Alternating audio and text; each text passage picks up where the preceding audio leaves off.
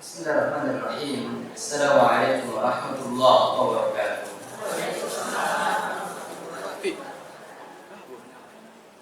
Alhamdulillahirabbil alamin. Wa bihi nasta'inu ala umuri dunya waddin. Wassalatu wassalamu ala asyrafil anbiya'i wal mursalin wa ala alihi wa ashabihi ajma'in, amma ba'd. Ikhwatal iman wa akhwati fillah rahimani wa rahimakumullah. Ittaqullaha haitsu qala Allah tabaraka wa ta'ala fi kitabihil karim.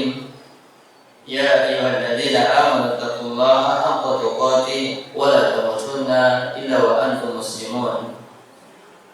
Ibadallah, jamaah sekalian, para penuntut ilmu rahimani wa rahimakumullah. Melanjutkan pembelajaran kita berkaitan tentang masalah salat, yang merupakan ibadah yang sangat utama, ibadah yang senantiasa diperhatikan dan diajarkan dengan penuh penegasan oleh Nabi kita sallallahu alaihi wasallam kepada umatnya. Ibadah yang ini adalah merupakan amal yang akan pertama kali dihisab oleh Allah Subhanahu wa taala. Sebagaimana hadis yang disahihkan oleh Syekh Al-Albani rahimahullah taala dalam hadis yang diriwayatkan Imam Tirmizi, Nabi sallallahu alaihi wasallam bersabda, "Inna awwala ma yuhasabu bihi al-'abdu yawm al-qiyamah as-salat." Ay min amalihi as-salat. Sesungguhnya amalan yang pertama kali dihisab, yang akan dimintai pertanggungjawaban oleh Allah Subhanahu wa taala adalah salat. Ketika salat ini baik, apa kata Nabi sallallahu alaihi wasallam? Fa in salahat faqad aflah wa anjah. Ketika seseorang ibadah salatnya baik, maka aflah, maka salatnya ini akan menjadikan dia beruntung, wa anjah, dan dia sukses. Maka di antara sebab agar kita meraih keberuntungan dan kesuksesan adalah senantiasa memperbaiki ibadah salat kita. Ketika anak kita sedang melewati proses pembelajaran di pesantren atau di tempat pembelajarannya, tempat sekolahnya, dan dia ingin menjadi anak yang sukses di dalam mencari ilmu, begitupun dia sedang sibuk dengan urusan kerjanya dan dia ingin sukses di dalam urusan pekerjaannya, maka perbaikilah salatnya. Ketika salatnya ini baik, maka segala urusannya akan diperbaiki oleh Allah Subhanahu wa taala. Namun jika salatnya rusak, jika salatnya buruk, jika salatnya tidak berkualitas sebagaimana salat yang telah diajarkan di dalam sunnah Rasulullah sallallahu alaihi wasallam, maka segala urusannya pun juga akan buruk. Sebagaimana Nabi sallallahu alaihi wasallam bersabda dalam hadis yang dikeluarkan oleh Imam Muslim dari Abu Sa'id Al-Khudri radhiyallahu anhu, anna Rasul sallallahu alaihi wasallam ra'a fi ashabihi ta'akhuran. Pernah suatu ketika Nabi melihat sahabatnya ini melaksanakan salat dalam keadaan diakhirkan. Artinya mereka ada di dalamnya kekeliruan mengakhirkan pelaksanaan salat, artinya melalaikan ketika itu, ta'akhuran. Faqala Nabi sallallahu alaihi wasallam lahum, kemudian Nabi sallallahu alaihi wasallam melihat apa yang dilakukan dari kekeliruan sahabatnya. Sahabat pun juga adalah layaknya umat yang lainnya, terdapat kekeliruan. Ketika itu mereka mungkin bisa jadi belum tahu tentang keutamaan yang luar biasa dimiliki oleh ibadah salat, sehingga mereka mengakhirkan atau mengundur di dalam pelaksanaan salat tersebut. Kemudian Nabi sallallahu alaihi wasallam memberikan nasihat kepada mereka seraya mengingatkan, taqaddamu, bersegeralah kalian untuk maju melaksanakan salat. Jangan diundur-undur. Artinya ada di antara sahabat itu yang melalaikan salat yang pertama. Mereka sengaja untuk melalaikan kedatangan mereka di dalam salat untuk mendapatkan salat yang belakang. Ya, sebagaimana yang saat ini banyak dilakukan oleh kaum muslimin, entah itu di salat ataupun juga di kajian. Sengaja datang terlambat biar dapat apa? Sandaran kehidupan. Ya biar di sana, masya Allah. Ustaz kan ini taman surga Ustaz. Dibawa santai aja kawan. Ya ini majelis ilmu, apalagi ini adalah tempat ibadah untuk melaksanakan sholat, maka tentu yang kita lihat ini bukan masalah santainya, tapi keseriusannya. Namanya menuntut berarti ada keseriusan. Kalau tidak ada keseriusan di dalam menuntut ilmu, berarti namanya bukan menuntut, namanya apa namanya? Namanya menuntut. Orang kalau menuntut apa yang dia inginkan, dia menuntut dengan keseriusan, dengan kesungguh-sungguhan agar apa yang dituntut itu bisa dia dapatkan. Begitu pun juga sholat yang kita tuntut di dalam sholat kita ini adalah kekhusyuan. Maka untuk bisa meraih kekhusyuan, kita bersegera untuk bisa datang ke masjid melaksanakan sholat di awal waktunya, apalagi di saf-saf yang paling utama, yaitu saf yang pertama, kedua dan seterusnya. Taqaddamu kata Nabi sallallahu alaihi wasallam, majulah, bersegeralah kalian untuk maju. Fa'timmu bi, kemudian sempurnakan saf-saf yang ada di belakangku kata Nabi sallallahu alaihi wasallam. Wal yatamma bikum min ba'dikum, man ba'dakum. Dan juga kalau ada orang-orang yang datang setelahnya, dia bisa menyempurnakan saf-saf yang longgar seterusnya. Artinya kalau saf pertama sudah penuh, berarti saf yang kedua yang masih kosong bisa diisi. La yazalu qaumun yata'akhirun.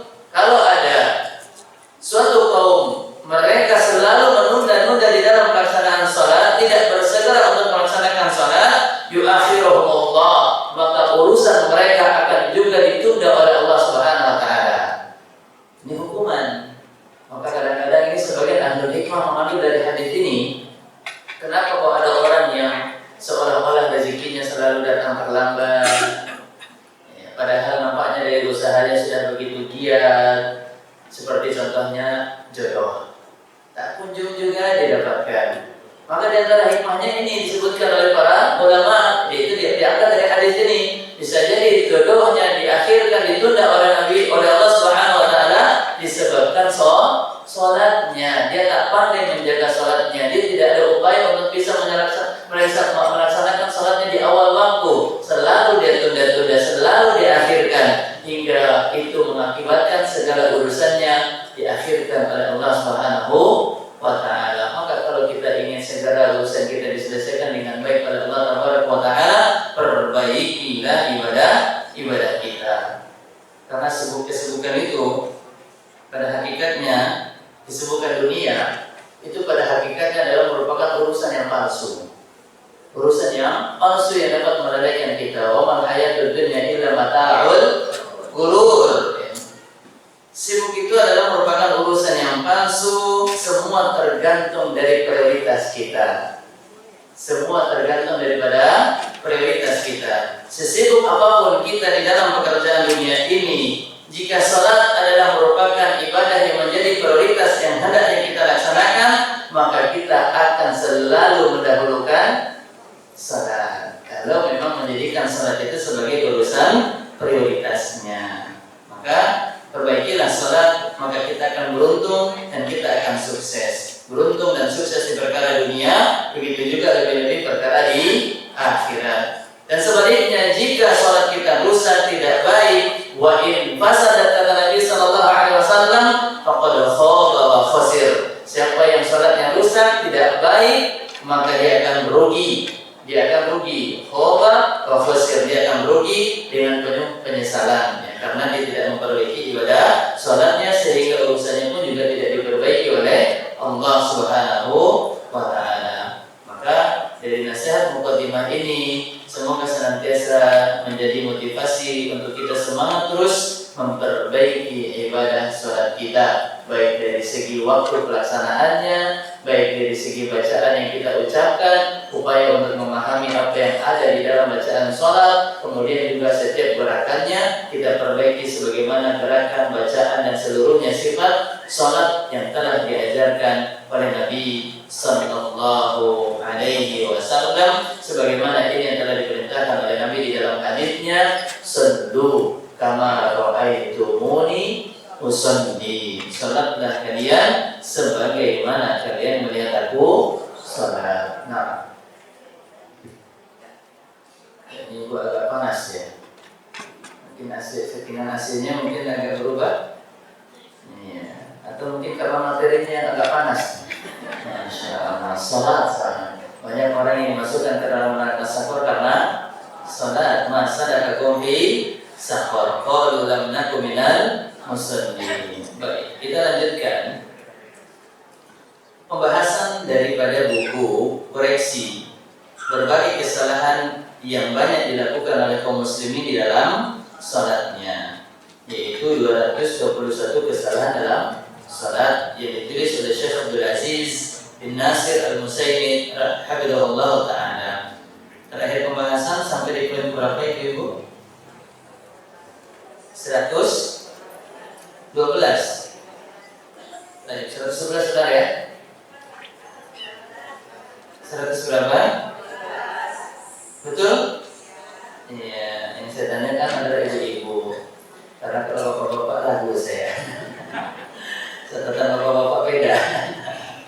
Masya Allah. 112 terakhir adalah yang kita bahas.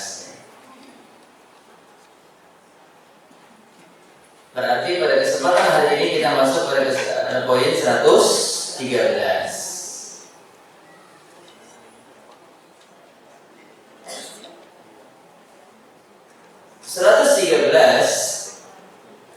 Di antara kesalahan yaitu adalah salat di antara tiang-tiang.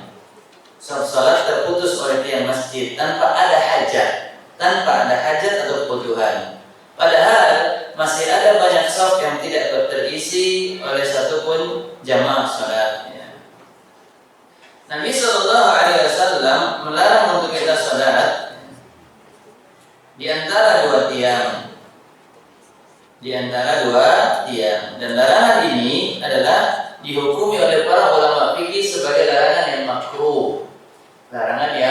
makruh.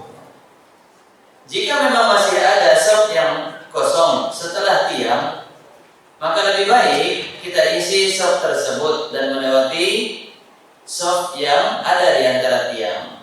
Sebagaimana penjelasan yang disampaikan oleh penulis, yang benar adalah kalangan ulama memberikan keringanan untuk melakukan salat fardu secara berjamaah di antara tiang-tiang jika kebutuhan mendorong hal tersebut. Jika ada kebutuhan seperti masjid yang sudah penuh dan sesat dan tidak ada lagi tempat yang renggang kecuali hanya yang ada di antara tiang. Ingat, di antara tiang tempat yang longgar, yang renggang, bukan di hati. Maka kalau memang ada yang mendorong hal tersebut, maka tidak mengapa untuk diisi. Adapun jika ada hajat kebutuhan untuk itu, maka boleh.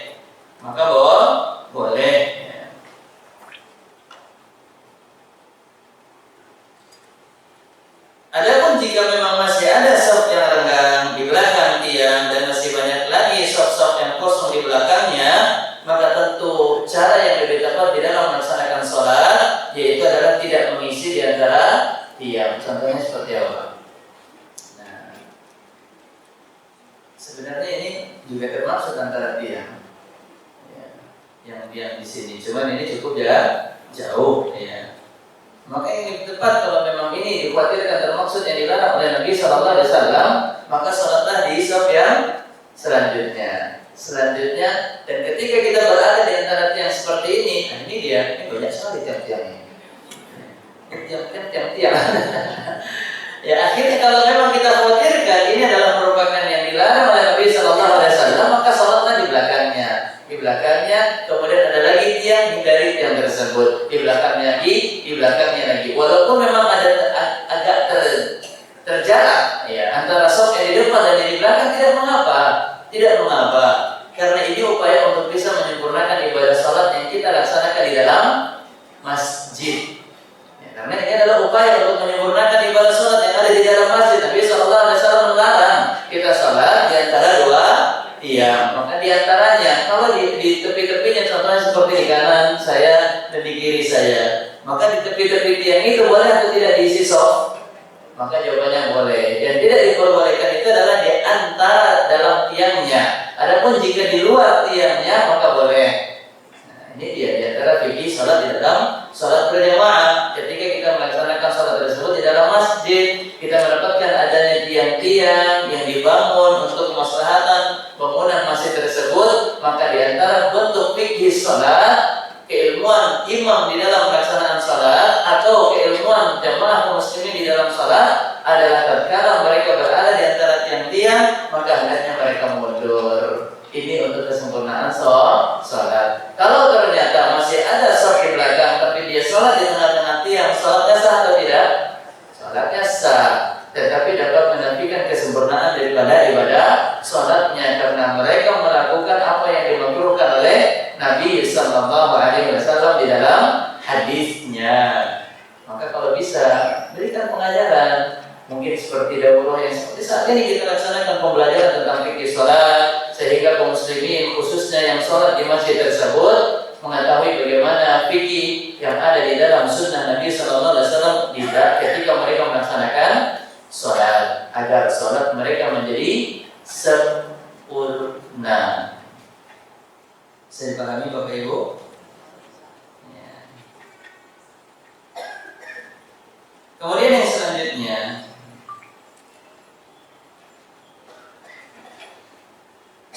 maka jangan pula nanti diucapkan Ustaz ini kan ketika nanti ada teman kita yang mengajak untuk mengisi shop di belakang tiang, ini kan lagi kosong. Maka kalau bisa memang dicatatkan hadis-hadis yang berkaitan tentang masalah fikih sholat dan fikih-fikih yang ada di dalam masjid.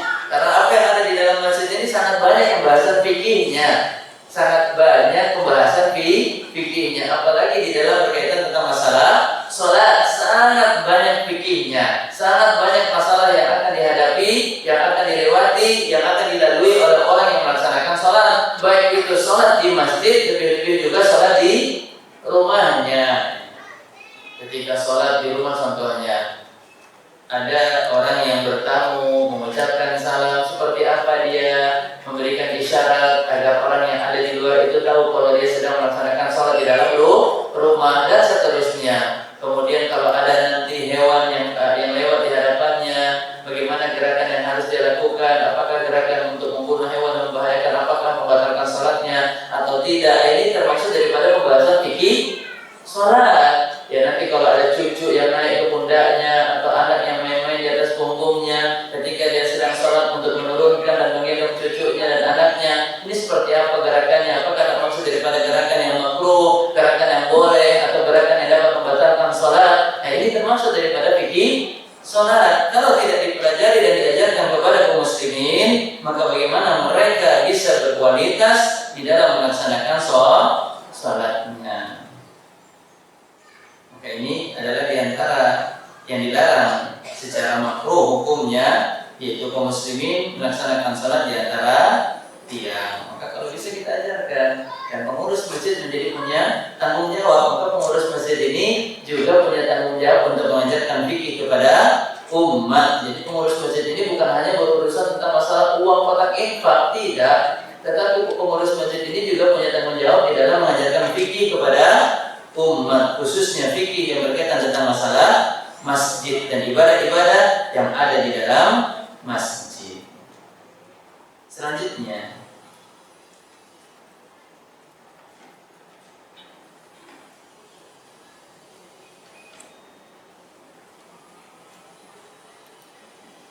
dan ini diucapkan oleh Anas, sebagaimana dikatakan oleh Imam Ahmad rahimahullah taala dan juga diriwayatkan oleh Imam Tirmidzi rahimahullah taala. Apa kata Anas bin Malik radhiyallahu anhu, sahabat Nabi sallallahu alaihi wasallam, "Kunna nattaqi hadza ala ahdi Rasul sallallahu alaihi wasallam." Sungguh kami berupaya untuk menjaga diri kami agar tidak salat di antara tiang-tiang masjid pada masa Rasul sallallahu alaihi wasallam. Dan ini sudah diupayakan. Apa yang disampaikan oleh Anas bin Malik ini sebagai statement, sebagai pernyataan bahwasanya dahulu para sahabat pun juga mengamalkan ini, yaitu berupaya menghindarkan diri mereka sholat di antara dua tiang di masanya Rasul sallallahu alaihi wasallam. Sebagaimana para sahabat telah berupaya untuk mengamalkannya, maka tentunya kita umat yang ingin mengikuti jejaknya para salafus saleh, begitu pun juga harusnya kita melaksanakan. Hendaknya kita tidak sholat di antara dua tiang ketika berada di dalam masjid, kecuali jika ada kebutuhan yang mendesak atau hajat yang darurat. Poin yang selanjutnya 114. Berpaling sewaktu sholat tanpa ada kebutuhan. Artinya dia melihat menoleh ke kanan dan ke kiri tanpa ada kebutuhan. Hukumnya adalah makruh memalingkan leher sewaktu sholat selain badan tanpa ada kebutuhan. Mengingat hal itu bisa menyebabkan orang yang sedang sholat hilang pahalanya, hilang kekhusyuannya, karena matanya ini tidak dia fokuskan di tempat sujud. Maka di antara adab di dalam sholat, ketika kita sholat, kita hendaknya menghadap ke tempat sujud. Bahkan banyaknya ulama fikih menyatakan, sekalipun kita berhadapan dengan Ka'bah, yaitu posisi kita tepat di depan Ka'bah, tetap sangat dianjurkan bahwasanya mata kita ini ketika sholat bukan melihat Ka'bah, tetapi melihat tempat sujud, melihat tempat sujudnya. Kalau melihat Ka'bah nanti, apalagi hadapannya ini tepat pas posisi di rukun Hajar Aswad. Ya, pas lagi sholat melihat orang yang lagi manjat-manjat punggung orang, apalagi sampai teriak-teriak, apa bisa dia khusus seperti itu? Melihat orang dorong-dorongan, tarik-tarikan dan seterusnya, sulit bagi kita ketika melihat ke depan ini untuk khusyuk. Apalagi kalau melihat ada adegan yang lucu, tiba-tiba kayak mihrab orang yang sedang tawaf lagi copot contohnya. Ya akhirnya kita akan mengganggu kekhusyukannya di dalam sholat. Maka untuk memudahkan kita bisa khusyuk di dalam sholat, di antara adab yang hendaknya kita laksanakan ketika sholat, yaitu mengarahkan pandangan mata kita ini ke tempat sujud. Selanjutnya 115, menekuk-nekuk jemari kedua tangan hingga keluar suara pada waktu sholat. Gimana itu? Nah, ini kan ketok-ketok. Atau ketika nanti bangun dari sujud untuk ke berdiri, kan kita mengepalkan tangan. Ada sebagian yang mengamalkannya demikian. Di antara ketika kita bangkit dari sujud, tangan kita seperti ini atau seperti ini. Ketika dia bangkit, dibunyiin. Mungkin nggak? Mungkin. Apalagi sama anak-anak kita yang baru belajar sifat sholat, kadang-kadang dia seperti itu. Nah, gini, bunyi. Nah, ini termaksud daripada hukum yang makruh. Menekuk-nekuk jemari kedua tangan hingga keluar suara pada waktu sholat, karena hal itu termaksud daripada perbuatan yang sia-sia, perbuatan yang harusnya kita tinggalkan, tidak memberikan manfaatnya, yang bisa menghilangkan kesempurnaan dan juga kekhusyuan di dalam sholat. Apalagi kalau pas sudah bunyiin nggak bunyi, akhirnya apa? Kecewa, aduh nggak bunyi akhirnya. Ini kan mengganggu konsentrasi. Dia berbicara hal itu di dalam hatinya, antara coba lagi di rakaat kedua. Akhirnya sholat ini jadi tempat ngejim kan dia. Subhanallah, benar. Gerakan sholat ini banyak diambil di dalam gerakan senam, khususnya yoga. Tetapi kan jangan kita niatkan sebagai untuk apa? Senam dengan sengaja. Kalau ternyata gerakan sholat ini memberikan efek ibadah, efek kesehatan, alhamdulillah. Tapi kan tujuannya bukan kesehatan badan, tapi tujuan kita sholat ini untuk kesehatan hati, kesehatan jiwa. Biar jiwa kita ini nggak sakit, kita melaksanakan sholat. Biar jiwa kita ini baik, kita melaksanakan sholat. Karena sholat ini adalah di antara tujuannya kita melaksanakan dapat menenteramkan dan menenangkan hati. Makanya Nabi Sallallahu Alaihi Wasallam mengatakan kepada Bilal bin Rabah radhiyallahu anhu tatkala masuknya waktu sholat, ya Bilal, wahai Bilal, aqimis salata, tegakkanlah sholat, dirikanlah sholat, arifna biha, tenangkanlah hati kami dengan sholat. Artinya di antara hikmah atau di antara tujuan Nabi Sallallahu Alaihi Wasallam melaksanakan sholat untuk bisa meraih ketenangan hati. Maka bagaimana hati ini bisa tenang jika urusan dunia masih dibawa di dalam sholat? Nah, di antaranya tadi, di antara urusan dunianya adalah menekuk-nekuk jemari kedua tangan hingga keluar suara, dan ini dapat mengganggu ketenteraman dan kenyamanan dia di dalam sholat. Apalagi orang yang ada di sebelahnya, takutnya pas dia keretok bunyinya kencang, yang sebelah kaget, rantahlah dia. Aduh, apa itu? Akhirnya dia ngomong, keluar suara, keluar kata-kata. Nah, kalau keluar kata-kata selain daripada apa yang ada di dalam bacaan sholat, maka hukumnya sholatnya adalah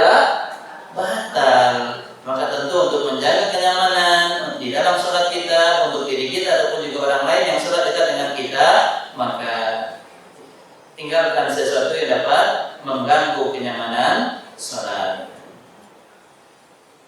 Selanjutnya yang ke-16,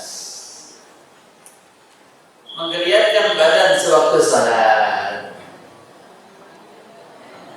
Ngeliat ya, ngolat.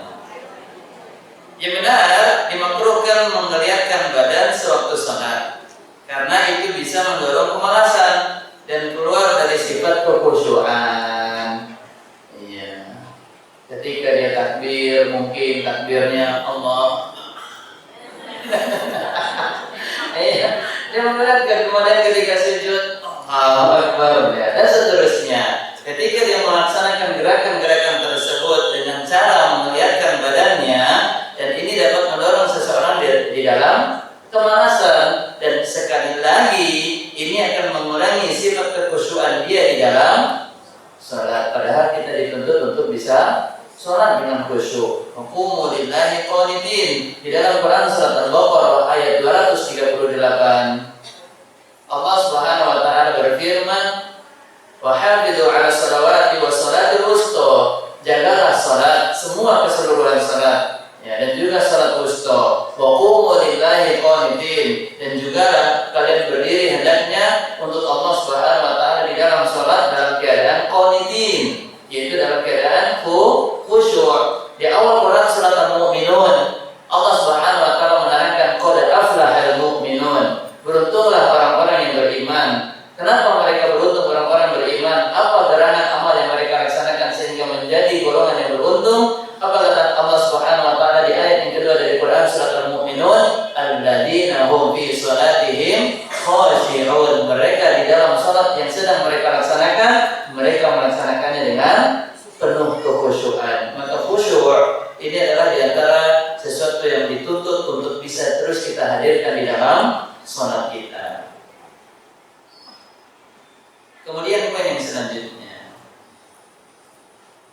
mengedipkan mata, ya, mengedipkan mata seseorang, kepada seseorang sewaktu sholat, atau menjulurkan lidah dan lain sebagainya.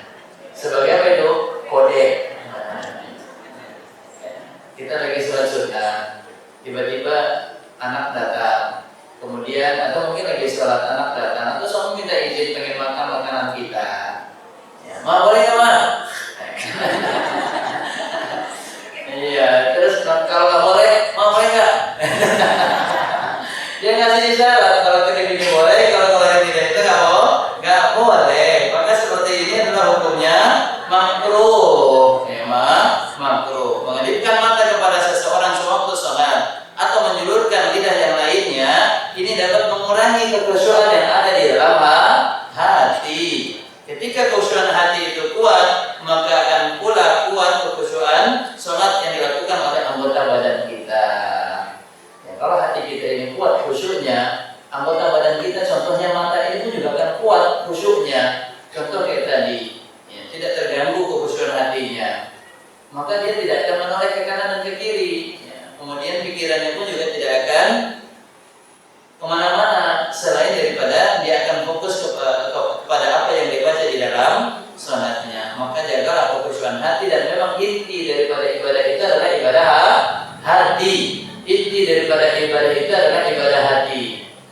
Makanya sebagaimana yang disampaikan oleh Ibnu Qayyim al-Jauziyah rahimahullah taala, dikutip di dalam buku yang ditulis oleh Al-Ustaz Yazid bin Abdul Qadir Jawas rahimahullah taala, buku yang berjudul Manhaj Ahlus Sunnah wal Jamaah di dalam permasalahan tazkiyatun nufus. Apa kata Ibnu Qayyim al-Jauziyah rahimahullah taala di dalam buku yang dikutip oleh Ustaz Yazid rahimahullah taala, bahwasanya gerakan salat itu hanya sekedar yang mengikuti dan penyempurna, mengikuti dan yang menyempurnakan ibadah salat tersebut. Tetapi inti daripada ibadah salat itu adalah ibadah hati. Apapun yang kita lakukan daripada ibadah, semuanya intinya adalah ibadah hati. Bacaan Al-Quran, tadabbur di mana itu? Di dalam hati. Tadabbur ini adalah amalan hati, kekhusyuan, khosyah, rasa takut itu di mana? Di dalam hati. Khusyuk, tadabbur, khosyah ini adalah merupakan amalan hati. Dan Nabi SAW pernah menyebutkan juga di dalam hadis yang dikutip oleh Imam An-Nawawi rahimahullah taala di dalam kitabnya Al-Arba'in An-Nawawiyah, at-taqwa hahuna, at-taqwa hahuna, at-taqwa hahuna. Nabi pernah mengatakan sambil menunjuk ke dadanya sebanyak 3 kali, takwa itu di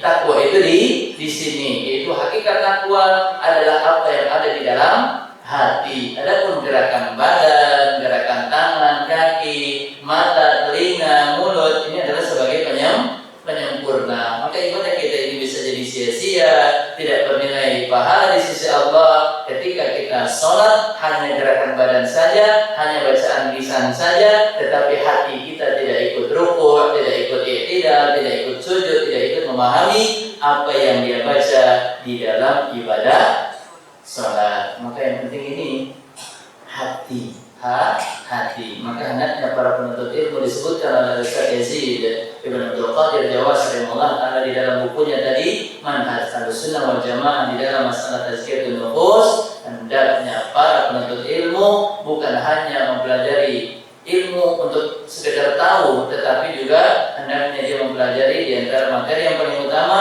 yaitu adalah masalah tazkiyatun nufus. Dan ibadah salat dan apapun ibadah-ibadah yang kita lakukan tujuannya adalah untuk tazkiyatun nufus, untuk mensucikan jiwa. Karena hakikat ilmu itu adalah apa?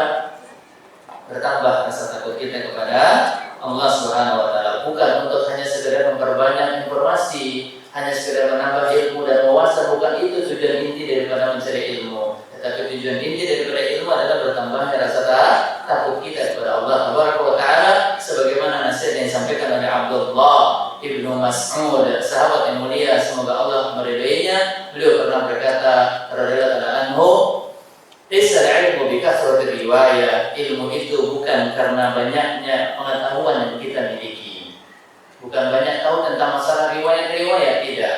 Innamal ilmu, inti daripada ilmu, kata Abdullah bin Mas'ud radhiyallahu anhu, al-khasyah, bertambahnya rasa takut kita kepada Allah Subhanahu wa taala. Tidaklah kita melakukan sesuatu kecuali yang kita yakin bernilai pahala, dan tidaklah kita mengucapkan sesuatu kecuali itu bernilai pahala di sisi Allah Subhanahu wa taala. Ini adalah di antara kriteria yang dilakukan oleh orang yang memiliki rasa takut kepada Allah Subhanahu wa taala. Nah, maka jagalah kekhusyuan hati agar anggota tubuh kita yang lainnya pun juga akan khusyuk. Yang ke-18, banyak bergerak di dalam salat, dan ini terlihat sewaktu membenahi dan membetulkan sorban atau ekol, atau memandang arloji. Ya, kalau perempuan membetulkan apa? Bukan memandang arloji, ya, dia lihat jamnya, tahu-tahu habis itu dia pusing ke hipnotisnya. Ya ngapain? Apalagi kan jam-jam sekarang, masya Allah, bagus-bagus. Ya besar kemungkinan akan apa? Menarik pandangan mata ini ke jam tersebut. Ya, apalagi pasti kayak gini nyala gitu, pasti gini mati. Akhirnya disibuk kayak gini. Subhanallah. Ya. Wah, nanti dia ngukur kalau ini dengan ibadah sholat ini udah terbakar berapa. Gitu. Dengan terbakar, akhirnya emosinya terbakar. Ujung-ujungnya jamnya misalnya nggak rusak nih. Subhanallah, banyak sekali perbedaan dunia yang saat ini luar biasa menarik, tetapi akan mengganggu kenyamanan ibadah sholatnya. Maka kalau bisa perbedaan dunia yang kita miliki dari perhiasan badan, ketika kita sholat diupayakan kita tanggalkan agar tidak menyibukkan diri kita terhadap apa yang kita kenakan dari perhiasan badan. Dan di antaranya seperti ini, memandang arloji atau memain-mainkan hidung. Gimana memainkan hidung? Ya, ya, atau mungkin dia buka kempeskan hidungnya. Ya, memainkan hidung gitu ya kan. Kemudian mengeluarkan siwak atau mungkin memasukkannya tanpa ada hajat dan kebutuhan dan selainnya, serta perkara-perkara yang lainnya. Yang benar adalah ketika seorang muslim ataupun muslimah hendak melaksanakan sholat atau di dalam melaksanakan sholat, dia menahan banyaknya gerakan dan merasakan ketika di dalam sholatnya keagungan kepada Sang Pencipta. Harusnya kita menahan gerakan-gerakan yang tidak ada kebutuhannya, kecuali hanya melakukan gerakan sholat. Untuk bisa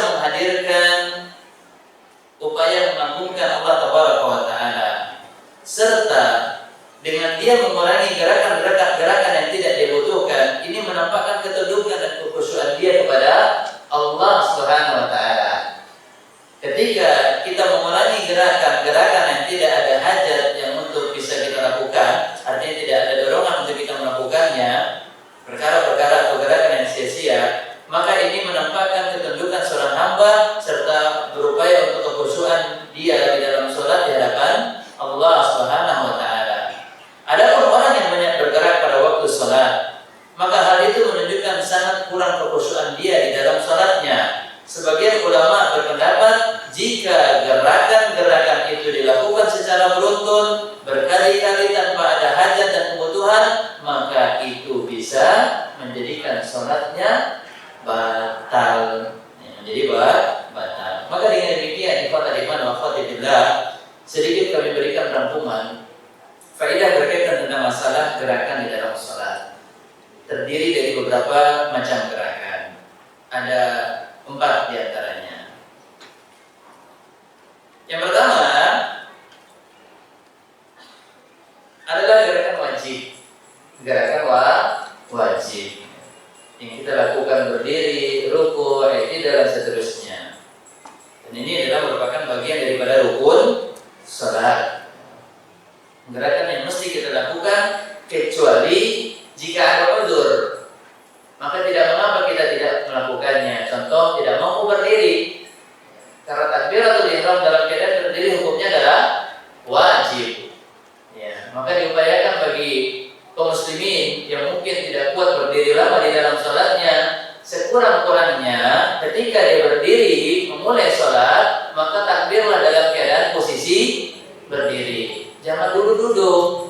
Bawa kursi dari rumah bisa, jalan dari rumah ke masjid bisa, tapi pas giliran takbiratul ihram dia langsung duduk. Maka ini adalah merupakan kekeliruan. Kalau masih bisa untuk menahan berdiri sesaat, maka berdirilah dulu dalam keadaan takbiratul ihram. Baru setelahnya adalah duduk. Kalau memang dirasa tidak kuat untuk berdiri lama, maka ini adalah gerakan yang wajib. Tidak boleh kita tinggalkan kecuali dalam keadaan uzur. Kemudian yang kedua adalah gerakan yang darurat, yang sifatnya urgen. Kalau kita tidak melakukan gerakan tersebut, bisa membahayakan diri kita. Contohnya, kalau lewat hewan yang membahayakan, seperti kalajengking atau ular atau binatang yang berbisa yang lainnya, antara tadi ular, kalajengking dan yang lainnya, atau tetangga mulutnya berbisa. Ya bukan. Ya subhanallah. Kalau ada hewan-hewan yang berbisa yang dapat membahayakan kita di dalam sholat, boleh kita mengambil sapu, boleh kita ambil apa? Balok, kemudian kita bunuh. Setelah kita bunuh, kita lanjutkan lagi sholatnya, boleh atau tidak? Boleh, asal ketika dia membunuh, ketika dia ngeplakin hewan tersebut, binatang tersebut tidak sampai mengeluarkan kata-kata. Kalau suara boleh saja, itu hukumnya masih makruh. Kalau suara au gitu contohnya, i, u gitu.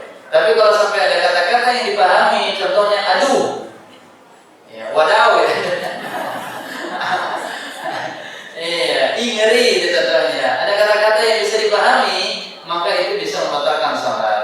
Tapi kalau dia sampai bunuh tanpa ada suara, cuman ya, itu kan biasanya hanya sekedar efek suara karena mengeluarkan emosi dengan tenaga, maka itu tidak mengapa. Ya, habis dibunuh, lanjutkan lagi sholatnya. Masya Allah. Nikmat kalau orang punya ilmu. Tapi kalau nggak punya ilmu kan biasanya apa? Dia kan kembali mengulangi sholatnya karena dia tidak tahu ternyata gerakan tersebut diperbolehkan untuk dilakukan karena dalam keadaan darurat. Kemudian gerakan selanjutnya yang lainnya, yaitu adalah gerakan yang diperbolehkan. Yang ini sebenarnya sifatnya boleh kita kerjakan, boleh tidak kita kerjakan. Yang tidak terlalu urgent, tidak masuk dalam kategori darurat.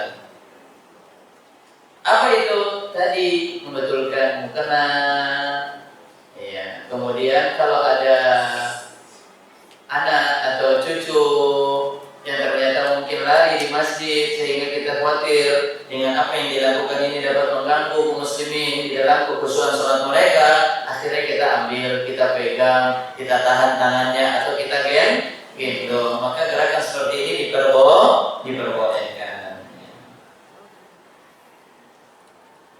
Artinya gerakan ini tujuannya adalah untuk menjadikan sholat kita lebih nyaman lagi. Dan juga orang lain pun juga bisa nyaman. Di antara gerakan yang lainnya yang diperbolehkan itu contohnya adalah meluruskan shaf. Kita melihat ada anak yang di samping kita. Biasanya kan kalau bangkit dari sujud sudah mulai bengkok sholatnya. Maka kita tarik ke belakang boleh. Biasanya kan kalau dia habis sujud itu mulai agak maju dia, maka kita tarik. Atau mungkin yang lainnya, saudara kita yang satu shaf ternyata agak maju, dia lebih maju daripada shaf-shaf yang lainnya yang ada di sisi kanan dan kirinya, maka kita tarik, itu diperbolehkan. Atau yang lainnya, contohnya itu maju ke depan bagian shaf yang kosong, maka ini diperbolehkan, termasuk daripada gerakan yang diperbolehkan. Atau menjawab salam dengan isyarat tangan. Ketika ada saudara kita yang datang kemudian memberikan salam padahal kita sedang sholat, Assalamualaikum, kita jawabnya ya Waalaikumsalam, lagi sholat. Ini udah poin yang ke-100 sekian.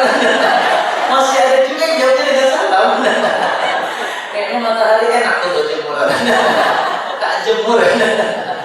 Masya Allah, tiba-tiba kepala sekolahnya makin lagi.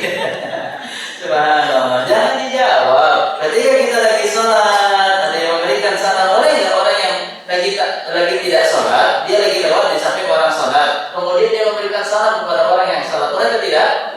Boleh. Yang tidak boleh itu adalah orang yang lagi sholat memberikan salam kepada orang yang lagi jalan di sampingnya.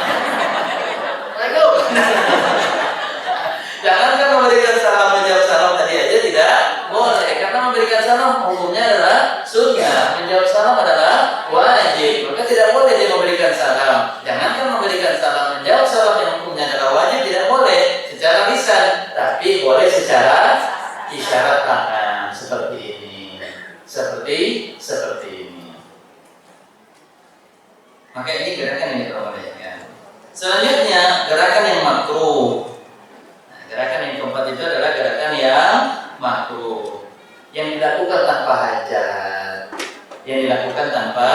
hajat, Dan inilah yang tadi poin yang disampaikan oleh penulis. Jika dia lakukan tanpa hajat secara beruntun berkali-kali tanpa adanya kebutuhan, maka gerakan tersebut dapat membatalkan sholatnya. Jadi di antara 4 jenis gerakan wajib, gerakan darurat, gerakan yang diperbolehkan, ini tidak membatalkan sholat jika kita lakukan gerakan tersebut.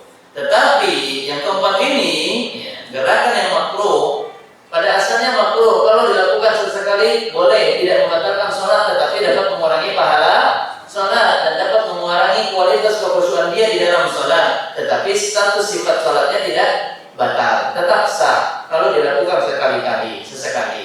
Tapi jika dilakukan beruntun, berurutan, terus sebanyak-banyaknya tanpa ada hajat yang mendorong dia untuk melakukannya, maka sholatnya bisa menjadi batal.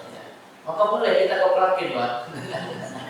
Koplakin itu maksudnya negur gitu loh. Kalau mungkin, nah ini gerakan yang diperbolehkan. Kita melihat ada anak yang ada di samping kita, kebanyakan garuk-garuk kepala gitu. Garuk kepala. Ya, maka kita tahan tangannya, kemudian kita turunkan, boleh atau tidak? Boleh. Nah, gerakan seperti ini diperbolehkan karena ada dorongan kebutuhannya. Tapi kalau tidak ada dorongan kebutuhan, itu cuma pengen ngurus tangan kepala anaknya gitu. Lagi sholat gini. Iya, lagi sholat meluk anaknya, lagi sholat di bangku anaknya, padahal itu tidak mengganggu dia dan tidak mengganggu kaum muslimin. Maka ini sholat, ini gerakan jika dilakukan berurutan terus-terusan dapat menjadikan sholatnya menjadi batal. Bisa dipahami Bapak Ibu? Para ahli fikih sholat, ini kan fakih ya, para ahli fikih. fikih salat insyaallah. Yang ke 119. Makanya ini ada pertanyaan yang sebelumnya di 2 bulan yang lalu, bagaimana dengan orang yang membenarkan atau wanita yang membenarkan mukenahnya? Maka kalau dikhawatirkan mukenahnya itu longgar atau akan tersingkap sebagian daripada helai rambutnya, dan itu dapat mengganggu kekhusyuan dia di dalam sholat, dan dia tahu seperti itu akan terjadi, maka sebelum sholat hendaknya dipersiapkan sebaik-baiknya keadaannya agar ketika dia melaksanakan sholatnya itu bisa dilaksanakan dengan penuh kekhusyuan. Ya, dia menggunakan anak jilbab mungkin, ya, untuk menutup kepalanya, ya, sehingga ketika nanti dia turun untuk ruku, apalagi turun ketika sujud, tidak ada helai rambutnya itu yang keluar dari mukenahnya. Maka kalau memang dia sudah upaya untuk tadi memperbaiki dan mempersiapkan dirinya sebaik mungkin sebelum sholat, tapi qaddar Allah masih ada juga helai rambutnya yang keluar, maka tidak mengapa dia memasukkan rambutnya tersebut ke dalam mukenahnya, di belakang telinganya, atau memasukkan tangannya ke dalam untuk bisa memasukkan rambutnya. Kalau memang sebelum sholat dia sudah berupaya untuk sebaik mungkin keadaannya agar bisa khusyuk, ya, tetapi ternyata toh qaddar Allah keluar juga rambutnya, maka tidak mengapa ketika itu dia memasukkan. Dan ini adalah kebutuhan yang namanya darurat, karena rambut dari wanita termasuk daripada aurat di dalam sholatnya. Selanjutnya, sebagian orang yang sholat ada yang memanjangkan sujudnya di rakaat yang terakhir. Padahal Nabi SAW memberikan penjelasan yang bersifat umum. Maka yang bersifat umum jangan pernah kita bawa kepada sifat yang khusus, kecuali kalau ada penjelasan Nabi yang memang mengarahkan kepada yang khusus, membawa sifat umum kepada khusus. Tetapi kalau memang ini adalah lafaznya umum dan tidak ada penjelasan Nabi di riwayat yang lain yang mengarahkan sifat umum tersebut kepada yang khusus, maka bawalah lafaz yang umum, penjelasan yang umum di dalam hadis kepada makna yang umum. Ya, contohnya dalam hadis yang diriwayatkan oleh Muslim dari Abu Hurairah radhiyallahu anhu, Nabi sallallahu alaihi wasallam bersabda, "Aqrabu ma yakunu al-'abdu min rabbih wa huwa sajid, atau wa huwa sajid, fa akthiru ad-du'a." Seseorang atau seorang hamba berada sangatlah dekat, aqrab itu ismu tafdil, kata yang menerangkan dari qarib, sangat dekat. Qarib itu dekat, aqrab artinya sangat dekat. Sama seperti kabir itu artinya besar, kalau akbar sangat besar. Maka qarib itu adalah dekat, aqrab itu adalah sangat dekat. Seorang hamba aqrab, sangat dekat dengan Allah Subhanahu wa taala, wa huwa sajid, tatkala dia melaksanakan sujud. Tentunya sujud di sini adalah sujud di dalam salat, bukan sujud yang juga ada juga yang melakukannya di luar salat. Apa itu? Ketika lagi sakit perut, kan sujud juga ya. Iya. Maka ada yang dimaksud dengan sujud di sini adalah sujud di dalam salat. Maka seorang hamba tatkala disujud di dalam salatnya, dikatakan oleh Nabi sallallahu alaihi wasallam, keberadaan dia sangatlah dekat dengan Allah Tabaraka wa taala. Dan lafaz hadis ini bersifat umum, menunjukkan bahwasanya kita tidak boleh mengkhususkan sujud yang ada di dalam salat. Oh, kita mengkhususkan doa hanya di rakaat terakhir, di sujud rakaat terakhir. Kita meyakini bahwasanya sujud di rakaat terakhir itu lebih utama berdoa di dalamnya dibandingkan sujud di rakaat-rakaat sebelumnya. Maka keyakinan yang khusus ini tidak boleh bisa kita hadirkan kecuali kalau ada memang penjelasan secara khusus oleh Nabi Sallallahu Alaihi Wasallam. Karena lafadznya umum yang dijelaskan oleh Nabi Sallallahu Alaihi Wasallam, kita semuanya berada sangat dekat dengan Allah ketika sujud, berarti ini berlaku untuk semua sujud. Maka perbanyaklah doa. Biasakan kita berdoa di semua sujud kita, baik itu di rakaat yang pertama, rakaat kedua, dan seterusnya. Kecuali kalau memang kita baru ingat berdoa. Tadi di rakaat pertama kedua kita mungkin terlalaikan, tidak ingat berdoa, maka boleh kita berdoa di rakaat yang terakhir karena memang lupa, karena tadi terlalaikan, karena mungkin tidak sempat. Tapi kalau ternyata bisa menyempatkan dan ingat, maka berupayalah kita kita berdoa di setiap sujud kita. Dan tentunya lafaz doa yang kita ucapkan setelah kita membaca bacaan sujud. Jadi setelah membaca syukur, Qudusun Rabbul Malaikati wa Ruh, baru kita berdoa. Atau setelah membaca doa bacaan sujud Subhanallahumma bihamdika Allahumma firli, baru kita berdoa. Kemudian atau Subhana Rabbil A'la, baru kita berdoa. Atau Subhana Rabbil A'la wa bihamdi, setelah kita baca bacaan sujud baru kita berdoa. Dan tentunya ini adalah merupakan tempat terbaik untuk berdoa. Yang besar kemungkinan doa kita akan diijabah, dikabulkan oleh Allah Tabaraka wa Ta'ala. Maka jangan hanya mengkhususkan berdoa di sujud yang terakhir, apalagi menghadirkan keyakinan bahwasanya berdoa di sujud terakhir lebih utama dibandingkan sujud-sujud sebelumnya. Karena keutamaan yang seperti ini tidak boleh kita hadirkan kecuali kalau ada penjelasan yang dihadirkan oleh Nabi secara khusus alaihi salatu wassalam. Adapun masalah doanya, tentu sebaik-baik doa adalah apa yang ada di dalam Al-Quran dan hadis dengan mengucapkan lafadznya, yang ada lafadz Arabnya, bukan lafadz terjemahannya.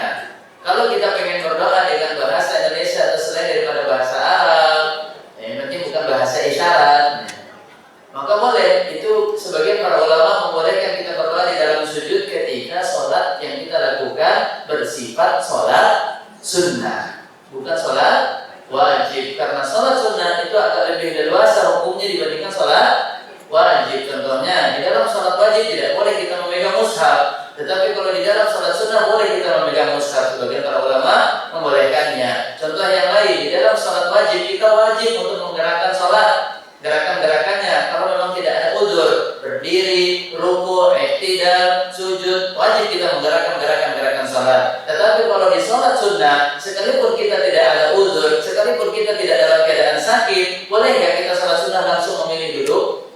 Maka jawabannya boleh. Nah ini berlaku secara berbeda hukumnya antara sholat wajib dengan sholat sunnah. Makanya sebagian para ulama membolehkan kita berdoa menggunakan selain bahasa yang ada di dalam Al-Quran dan hadis ketika kita melaksanakan sholat sunnah, bukan sholat wajib. Maka kalau bisa kita hafalkan doa yang menggunakan lafaz aslinya dari Al-Quran ataupun dari hadis, maka tentu itu lebih baik. Nah, berkaitan doa yang ada di dalam Al-Quran, sebagian ada yang mengatakan kan itu dilarang Ustaz membaca ayat yang ada di dalam sujud. Bukankah dilarang oleh Nabi SAW membaca Al-Quran di dalam sujud? Dan doa yang ada di dalam Al-Quran berarti adalah membaca ayat. Maka ini kembali kepada niat. Kalau niatnya kita membaca maka dilarang. Tapi kalau kita niatnya membaca doa adalah untuk berdoa, bukan untuk tilawah. Sekali lagi, innamal a'mal binniyat. Kalau tujuannya adalah untuk berdoa, bukan untuk tilawah, maka banyaknya para ulama mengatakan apa? Boleh. Boleh. Tapi kalau khawatir memang tujuannya adalah membaca, atau memang niatnya berdoa tapi khawatir termaksud daripada yang dilarang, maka pilihlah doa-doa yang ada di dalam hadis Rasulullah sallallahu alaihi wasallam. Maka bisa nanti doa-doa yang ada di dalam ayat Al-Quran dia baca di akhir salamnya setelah membaca tasyahud, bacaan tahiyat. Dia bisa membaca bacaan ayat-ayat Al-Quran sebagai doa. Kalau memang khawatir itu termaksud daripada yang dilarang di dalam sujud untuk dibaca, maka bisa diambil ayat-ayat tadi dibaca nanti di penghujung tahiyatnya sebelum melaksanakan sholat. Kalau memang masih ada kekhawatiran, maka banyak doa Nabi itu sudah mewakilkan doa yang ada di dalam Al-Quran. Doa kebahagiaan, harta, anak, dan juga semuanya telah diajarkan oleh Nabi SAW. Maka di antara buku yang saya anjurkan, yang saya rekomendasikan untuk Bapak Ibu muslimin dan muslimat memilikinya sebagai panduan, pedoman untuk bisa memilih doa-doa yang terbaik dari Al-Quran dan hadis, yaitu adalah buku yang telah ditulis dan disusun oleh Al-Ustaz Al-Fadil Yazid Ibn Abdul Qadir Jawas rahimahullah ta'ala rahmatan wasi'ah, yang berjudul Doa dan Wirid menurut Al-Quran dan As-Sunnah. Ada yang versinya tipis, ada juga yang bukunya yang lebih tebal. Ada juga yang ditulis oleh Sa'ad Al-Qahtani, Syekh As-Sa'ad Al-Qahtani, Sa'ad Al-Qahtani rahimahullah ta'ala, yang kita kenal dengan bukunya yang berjudul Hisnul Muslim. Poin 120. Tidak membedakan antara rukun-rukun sholat, perkara yang wajib, serta syarat-syarat sah dan amalan-amalan sunnah yang ada di dalam sholat, baik itu yang bersifat ucapan ataupun yang bersifat perbuatan. Artinya semuanya dilaksanakan dalam keadaan baik. Yang rukunnya dikerjakan dengan baik dan tenang, yang sunnahnya pun dia juga laksanakannya dengan baik dan tenang, tanpa membedakan. Contoh seperti membaca Al-Fatihah dan surat setelah Al-Fatihah. Surat Al-Fatihah di dalam sholat hukumnya adalah rukun, bagian daripada rukun daripada ibadah sholat. Sehingga Nabi SAW mengatakan, sholat liman lam yaqra bi Fatihatil Kitab. Tidaklah orang itu dianggap telah melaksanakan sholat jika di dalam sholatnya tersebut dia tidak membaca Fatihatul Kitab.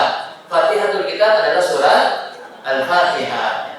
Maka surat Al-Fatihah bagian daripada rukun, bacaan rukun di dalam sholat. Ketika dia membacanya dengan baik dan tenang. Walaupun nanti surat yang dibaca setelah Al-Fatihah adalah bersifat wajib apa sunnah? Sunnah. Bacaan surat setelah Al-Fatihah itu adalah hukumnya wajib apa sunnah? Sunnah apa wajib? Masya Allah, teguh pendirian. Gak bisa digoyang ya. Gak bisa dinego, Masya Allah. Hukumnya adalah sunnah. Hukumnya sunnah. Sekalipun adalah sunnah, tetap kita membacanya dengan tartil, karena pengumuman perintah yang diberikan oleh Allah Subhanahu wa taala, wa rattilil Qur'ana tartila. Bacalah Al-Qur'an itu dengan tartil. Tartil itu disebutkan maknanya di dalam Kitabul Adab yang ditulis oleh Syekh Fuad Ibn Abdul Aziz Asy-Syarbuh hafizahullah taala. Makna dari tartil itu adalah memenuhi apa yang menjadi hak hurufnya, baik dari segi makhrajnya dan juga dari segi sifat hurufnya. Makharijul huruf dan sifat-sifat hurufnya dibuatkan hak-hak huruf tersebut. Maka ini namanya tartil. Dan bacaan tartil tidak dibedakan baik itu dalam bacaan yang sifatnya rukun seperti Al-Fatihah ataupun yang bersifat sunnah seperti surat-surat yang dibaca setelah Al-Fatihah. Maka ketika dibaca Al-Fatihah dengan tartil, baik, pelan, setiap ayatnya dia berhenti, maka demikian pula di surat-surat yang ada di setelah surat Al-Fatihah dia baca dengan tartil, dengan perlahan, dengan tenang. Di setiap ayatnya dia waqaf. Di setiap ayatnya dia waqaf. Waqaf itu artinya menyumbang. Bukan itu waqaf masjid. Iya, waqaf itu artinya adalah berhenti. Sebagaimana kita sering sebutkan wukuf di Arafah, yang berhenti di bukit Arafah. Asal katanya waqaf. Waqaf itu berhenti. Jadi setiap ayat, walaupun ayatnya pendek, mungkin dalam satu tarikan dan helaan nafas kita bisa membacanya dengan tuntas dari ayat pertama hingga terakhir, tetaplah bukan itu yang telah diajarkan di dalam adab tilawatul Quran oleh Nabi Sallallahu Alaihi Wasallam. Maka bacalah dengan tartil, dengan tajwid, sesuai dengan hukum tajwid, dan setiap ayatnya kita waqaf. Selanjutnya, jadi poin 120 ini tidak membedakan kualitas ibadah yang dilaksanakan di dalam perkara rukun, perkara wajib, perkara syarat sah, dan perkara sunnah-sunnah yang ada di dalam sholat, baik itu yang bersifat ucapan ataupun yang bersifat perbuatan. Contoh gerakan apa itu? Ada yang wajib dan ada yang sunnah. Salam. Yang pertama wajib. Salam yang kedua, yang ke kiri sunnah. Kalau yang ke atas ke bawah, nah itu orang lagi pegel. Iya. Yang pertama dia laksanakan dengan tenang. Assalamualaikum warahmatullahi wabarakatuh. Masya Allah, tenang. Assalamualaikum. Yang kedua, nah ini adalah kekeliruan. Bahkan ada orang yang sudah siap-siap mau berdiri di salam yang kedua, Assalamualaikum. Dia laksanakan dalam keadaan sudah mau berdiri. Maka laksanakan walaupun ini memang bersifatnya sunnah, tidak wajib seperti salam yang pertama, tetaplah dia laksanakan dengan baik. Zikirlah sejenak. Dan sekali-kali zikir setelah salat itu adalah istighfar 3 kali. Astagfirullah, astagfirullah, astagfirullah. Allahumma antas salam salam tabaraka ya dzal jalali wal ikram. Tujuan istighfar apa, Pak? Untuk meminta ampun, Pak. Untuk apa kita minta ampun? Kan kita habis sholat. Sholat kan ibadah, bukan kemaksiatan. Kenapa kita meminta ampun? Untuk menyempurnakan. Karena bisa jadi di dalam sholat kita ini ada ketidaksempurnaan, ada kelalaian, ada ketidakkhusyuan, ya, yang itu menjadikan sholat kita itu tidak sempurna kualitasnya. Maka tujuan kita istighfar setelah sholat, tujuannya adalah untuk meminta ampun kepada Allah dari kekeliruan, kekurangan, kekhilafan yang kita laksanakan selama sholat. Maka ini sebagian banyaknya salafus saleh menyatakan bahwasanya inilah yang dilakukan oleh para sahabat dan juga generasi selanjutnya, para salafus saleh, orang-orang saleh terdahulu. Mereka setiap habis melakukan kebaikan dan ketaatan, biasanya mereka tutup dengan istighfar. Di antara contohnya adalah apa? Setiap selesai kita mengadakan majlis pertemuan, kita akhiri dengan doa kafaratul majlis. Jangan dibaca dulu, karena majlis kita belum selesai. Selanjutnya 121. Agak ngebut sedikit, kan? Tolong dipasang sabuk keamanannya. Ya, karena pelajaran kita satu musim kemarau ya, baru akan bertemu lagi 2 bulan sekali. Ilmu ini banyak, umur ini sangat singkat, apalagi ditambah lagi dengan pertemuan yang sangat juga sedikit. Maka tentu kita mencoba untuk memaksimalkan waktu yang ada, mempelajari banyaknya faedah yang dikutip oleh penulis. 121. Menaruh siwak di antara jari tangan kanan sewaktu sholat. Yang benar adalah tidak meletakkan apapun itu di jari jemarinya. Tidak seyogyanya menaruh siwak. Di antaranya adalah siwak di antara jari tangannya, apalagi tangan kanan. Sebenarnya ditaruh aja di tangan kiri itu sudah salah, dan seharusnya cara untuk meletakkan atau ketika kita ingin membersihkan siwak itu hendaknya kita menggunakan tangan kanan atau tangan kiri, atau membersihkan gigi dengan siwak tentunya sebelum sholat. Apa kata Nabi Sallallahu Alaihi Wasallam? Laulah an asyqa ala ummati la amartuhum bisiwak inda kulli shalah. Kalau tidak memberatkan umatku, maka aku akan perintahkan mereka untuk bersiwak setiap mereka akan melaksanakan sholat. Dan cara untuk bersiwak itu menggunakan tangan kanan atau tangan kiri. Bapak Ibu kalau pengen membersihkan mulut ketika sikat gigi di kamar mandi contohnya, menggunakan tangan kanan atau tangan kiri? Kalau mobil tangan kanan atau tangan kiri? Kiri. Kalau cebok tangan kanan atau tangan kiri? Nah, kenapa kok berbeda? Membersihkan gigi ini membersihkan apa namanya? Kotoran apa kebaikan? Kotoran. Yang kita bersihkan ini adalah sesuatu yang kotor, yang bau, yang menjijikkan, sesuatu yang tidak baik, yang bersifat kuman, ya. Maka caranya yang lebih tepat di dalam adab bersiwak ada tasawuf. Tasawuf ada buku yang berjudul Ensiklopedi Adab Islam yang bersumber dari Al-Quran dan As-Sunnah, yang ditulis oleh Abdul Aziz bin Fathi As-Sayyid Nada. Ini sudah diterjemahkan ke dalam bahasa Indonesia oleh Pustaka Asy-Syafi'i. Bukunya kurang lebih 2 jilid. Ya, tebal-tebal kurang lebih segini bukunya. Insyaallah tidak mengerikan. Ya, karena tebal-tebal dan bermanfaat insyaallah. Pertama bermanfaat untuk ilmu ketika kita baca, yang kedua kalau ada maling. Yang enggak. Di dalam buku tersebut, Ensiklopedi Adab Islam yang bersumber di dalam Al-Quran dan As-Sunnah, dikutip bahwasanya ada tasawuf di antara adab untuk bersiwak membersihkan gigi adalah menggunakan tangan kiri sebenarnya. Karena mungkin kita baru tahu sekarang, dan jujur jujur juga ya anak-anak jaksel. Jujur pun juga saya baru mengetahui ketika saya mempelajari buku tersebut. Saya juga baru tahu, baru nggak saya. Ternyata betul ya, membersihkan gigi ini kan kita membersihkannya dari kotoran.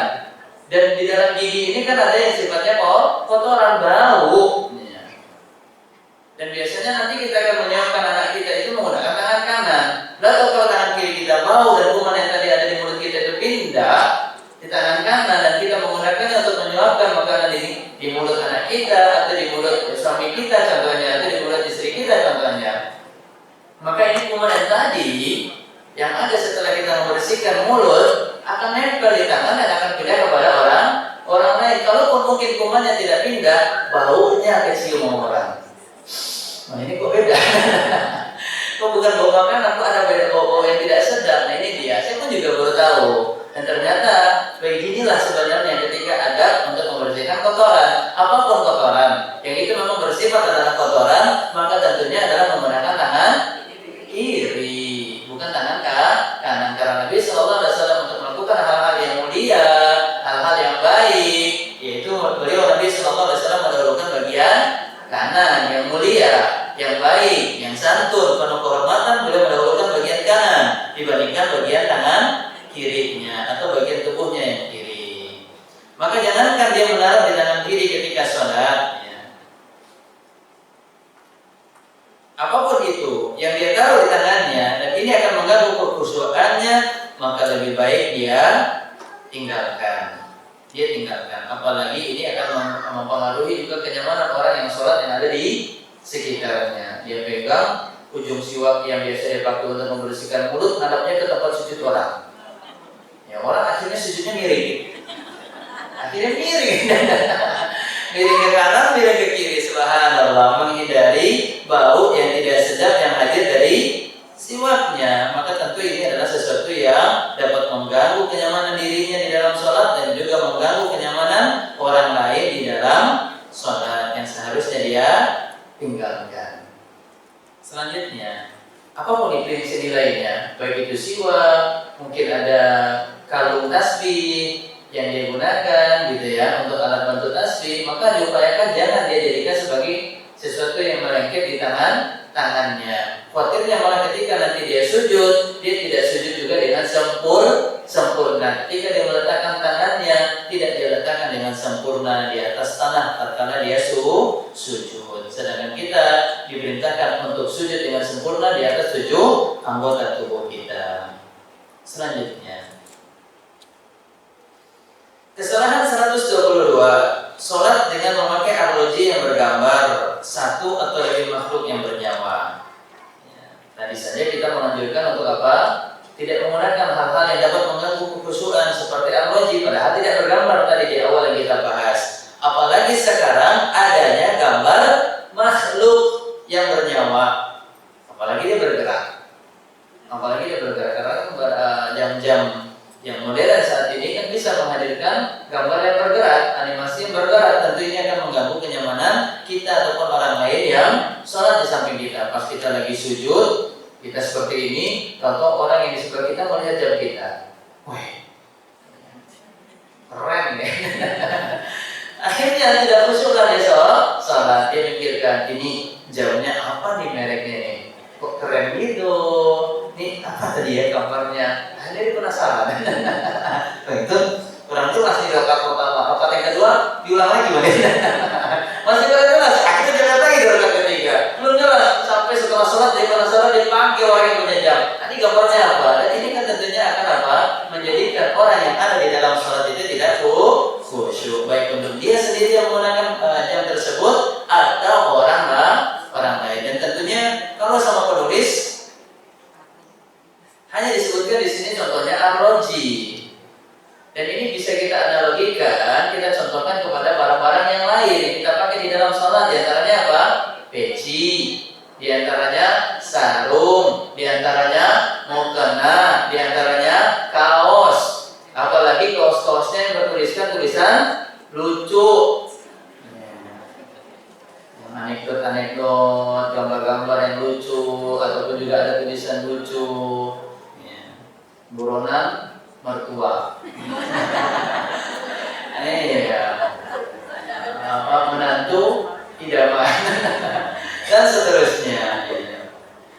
Maka tulisan-tulisan dan gambar-gambar yang dapat menjadikan kita tidak khusyuk ataupun juga saudara kita kaum muslimin yang sholat sholat bersama kita tidak khusyuk, baik itu yang bersifat bukan bernyawa ataupun lebih-lebih yang bernyawa, maka kita coba untuk hindari. Nah, ini lebih saya tekankan, itu adalah tulisan yang ada juga isi zikirnya.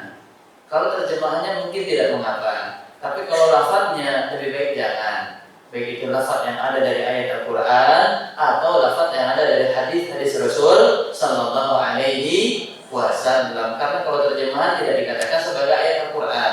Yang ayat Al-Quran itu adalah tulisan lafadz yang ada di dalam Al-Quran. Kita kutip sebagaimana yang kita tuliskan di dalam kaos kita atau baju kita, maka tentu lebih baik dihindari. Contohnya untuk anak-anak TK.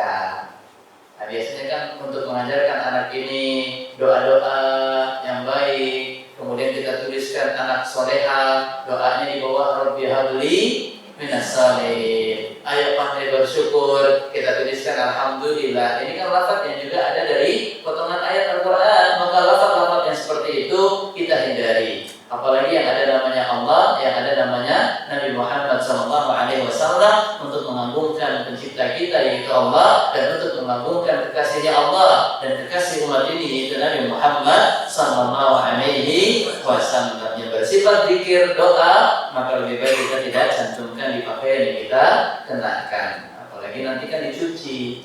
Ya, kalau cucinya pakai mesin cuci, kalau cucinya pakai kaki, nah, ini cucinya pakai kaki. Diperas-peras pakai kaki. Nah, itu tidak memuliakan lafaz-lafaz yang tertulis nama Allah ataupun nama Nabi kita Muhammad Sallallahu Alaihi Wasallam. Maka hendaknya kita hindarkan. Selanjutnya 123, menaruh kain penutup pada mulut sewaktu sholat. Contohnya apa itu? Ya, cadar. Ya, karena untuk wanita muslimah di dalam sholatnya pun juga dianjurkan untuk membuka cadarnya, kecuali kalau memang dalam keadaan tempat yang terbuka. Dikhawatirkan nanti lawan jenis yang lalu lalang yang lewat di sekitarnya itu terfitnah. Ya, terfitnah, terganggu kenyamanan mereka karena melihat wajahnya kita, sehingga tidak mengapa dalam keadaan tersebut kita menutup. Begitupun juga dengan menggunakan masker, kecuali kalau memang kita dalam keadaan sakit, dalam keadaan memang pilek yang khawatir nanti ketika sholat kita sendiri tidak khusyuk atau orang yang berada dekat dengan kita pun juga tidak khusyuk. Maka untuk menghadirkan kenyamanan untuk kita dan juga kaum muslimin dan muslimat yang ada dekat kita di ketika sholat, dan ketika itu kita sedang dalam keadaan sakit, bolehnya kita menggunakan masker. Dalam hadis yang dikeluarkan oleh Abu Dawud rahimahullah taala, diriwayatkan oleh sahabat yang mulia Abu Hurairah radhiyallahu anhu, Nabi sallallahu alaihi wasallam menghardik atau melarang atau naha Rasul sallallahu alaihi wasallam ayughatti ar-rajul fa, Nabi sallallahu alaihi wasallam melarang seseorang untuk menutup mulutnya. Fa itu adalah mulut. Fis shalah, tatkala berada di dalam salat. Tapi kalau di luar salat maka tidak mengapa. Disebutkan oleh Imam An-Nawawi rahimahullah taala di dalam kitabnya Al-Majmu', larangan Nabi untuk menutup mulut tanpa adanya udzur di dalam salat, hukumnya hanyalah sebatas makruh. Hukumnya hanyalah sebatas makruh. Diterangkan oleh Imam An-Nawawi di dalam kitabnya rahimahullah taala yang berjudul Al-Majmu'. Maka yang benar adalah dianjurkan bagi kita yang sholat, laki-laki ataupun perempuan, jika tidak ada hal yang mendesak untuk menutup mulut kita dengan menggunakan kain ataupun yang semisalnya, maka bukalah. Kecuali kalau ada hal yang mendesak yang mendorong kita untuk menutupnya. Selanjutnya,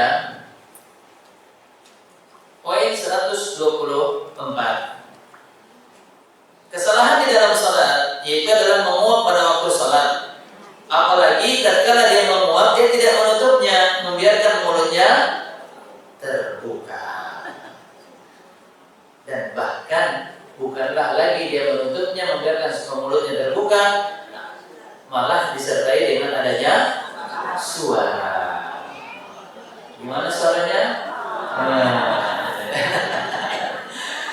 Yang benar, jika seorang menguap, maka hendaknya dia berusaha untuk tidak membuka mulutnya. Dia tutup dengan tangan, sebagaimana ini diperintahkan oleh Nabi Sallallahu Alaihi Wasallam dalam hadis yang dikeluarkan oleh Imam Muslim dari sahabat yang mulia Abu Sa'id Al-Khudri radhiyallahu anhu, semoga Allah meridainya. Dia berkata, Nabi Sallallahu Alaihi Wasallam bersabda, "Idza tathawaba," apabila seseorang menguap, ahadukum bis shalah, di dalam salatnya. Berarti ini kan tahu Nabi bahwasanya kalian itu sering diganggu oleh syaitan di dalam salatnya. Di antaranya apa? Menghadirkan uapan, ya, kalian menguap di dalam salat. Falyakdzim mastata'a, maka hendaknya dia menahan. Ya. Dalam riwayat yang lain menahan dengan tangan. Ya. Mastata'a, sesuai dengan kemampuannya. Dia tahan seperti ini. Jangan cuma sebagiannya. Bagian bawah ada. Bagian bawahnya dibiarin dibuka, atau dari jarak jauh. Iya. Atau dia tahan dengan gaya cantik. Sebagiannya masih terbuka, maka ini bukanlah apa? Pelihati, bukan upaya untuk menahan sekuatnya dengan semampunya. Semampunya itu seperti ini, sampai tidak keluar suaranya. Karena sesungguhnya fa'inna syaitan, ketika dia membuka mulutnya, syaitan yadkhul, syaitan itu bisa masuk. Ya. Nah, jangan biarkan syaitan itu masuk. Ibaratnya kita ini punya musuh di luar. Musuh ini kalau datang ke rumah kita bertamu, kira-kira apa yang diberikan? Kebaikan atau keburukan? Kalau ada musuh datang ingin menyerang kita dan mengganggu kita, menghadirkan keburukan kepada kita, kita buka pintu selebar-lebarnya? Enggak, kita tutup. Ya, kita tutup, bahkan bukan hanya tutup, apapun yang bisa kita jadikan sebagai palang untuk bisa terbuka pintunya, palang penghalang untuk bisa tidak terbuka pintunya, kita akan pasang. Entah gemboknya, rantainya, palangnya kita pasang. Tujuannya untuk apa? Biar musuh tersebut tidak bisa masuk. Dan syaitan ini yang kata Allah Subhanahu Wa Taala, "Fatakhiruhu aduwwa." Jadikanlah syaitan itu sebagai betul-betul musuh kalian. Maka tutuplah, janganlah biarkan dia masuk. Jangan, oh Pak Ustaz, saya ini kuat takwanya. Dia betul. Apa kata Allah Subhanahu Wa Taala? "Fala tuzakku anfusakum, huwa a'lamu biman ittaqa." Di dalam kitab Tazkiyatun Nufus ini tulis oleh Ustaz Yazid rahimahullah taala, dikutip firman Allah Taala, janganlah kita menganggap diri kita ini apa? Menjadi diri yang baik. Tazkiyatun Nufus, oh jiwa kita ini baik, karena Allah lebih tahu siapa di antara kalian yang bertakwa kepadanya. Maka jangan biarkan syaitan itu masuk dengan apa? Menutup mulut kita tatkala kita menguap, apalagi sampai mengeluarkan suara, entah apapun jenisnya. Apapun bentuk suaranya, yang penting ada iramanya. Lihat apa kata Nabi Sallallahu Alaihi Wasallam, ya. Karena sesungguhnya dalam hadis yang dikeluarkan oleh Imam Muslim, fa inna ahadakum idza qalaha, apabila di antara kalian di dalam salatnya ketika dia mengucapkan ha, keluar suaranya, duhika syaitan. Syaitan itu akan tertawa. Maukah kita diejek sama musuh kita? Tidak mau. Ya, ini kan bentuk apa? Menghinakan kita, merendahkan diri kita. Syaitan itu tertawa bukan berarti kita yang lucu. Iya.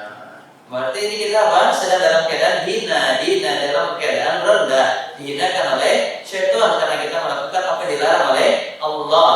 Maka bagaimana tipsnya agar kita bisa mengurangi ketidakkhusyukan di dalam salat? Ya, mengurangi sifat menguap tatkala kita sedang tidak khusyuk di dalam salat. Maka Nabi Sallallahu Alaihi Wasallam mengajarkan di antara tips agar kita bisa menjaga kekhusyukan di dalam salat, yaitu adalah sebagaimana riwayat yang disampaikan oleh Utsman ibn Abdul As radhiyallahu anhu. Ketika itu dia datang kata Rasul Sallallahu Alaihi Wasallam, dia mendatangi Rasul Sallallahu Alaihi Wasallam. Seraya dia berkata, "Ya Rasulullah, inna sesungguhnya syaitan ya Rasulullah, qad hala baini wa baina salati wa qiraati."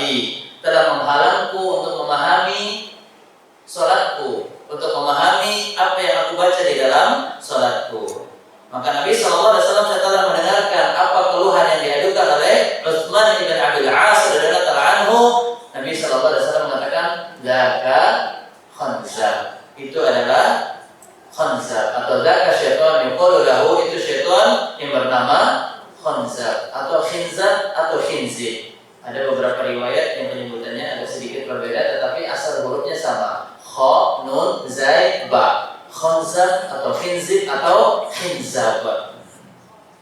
Jadi ada syaitan yang diutus oleh iblis untuk mengganggu kaum muslimin di dalam salatnya, dan nama syaitan tersebut adalah khanzab atau khinzib atau khinzab.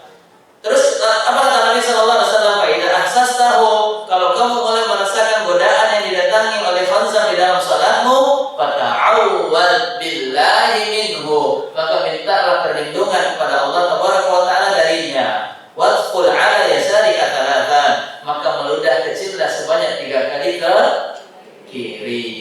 Jadi ketika kita merasa tidak khusyuk, mulai ada pikiran memikirkan dunia, mulai ada godaan dan rayuan syaitan, kita mulai terabaikan daripada memahami bacaan yang ada di dalam salat kita, berhentikan bacaannya. Contoh kita lagi membaca Maliki Yaumiddin, kita berhentikan, kemudian kita membaca ta'awud, meminta perlindungan kepada Allah dengan mengucapkan a'udzu billahi minasyaitonir rajim, kemudian meludah kiri meludah ke kiri sebanyak 3 kali.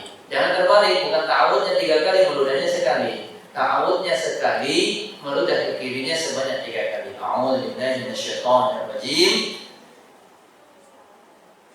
Meludah-ludah tanpa menarik tenaga dalam.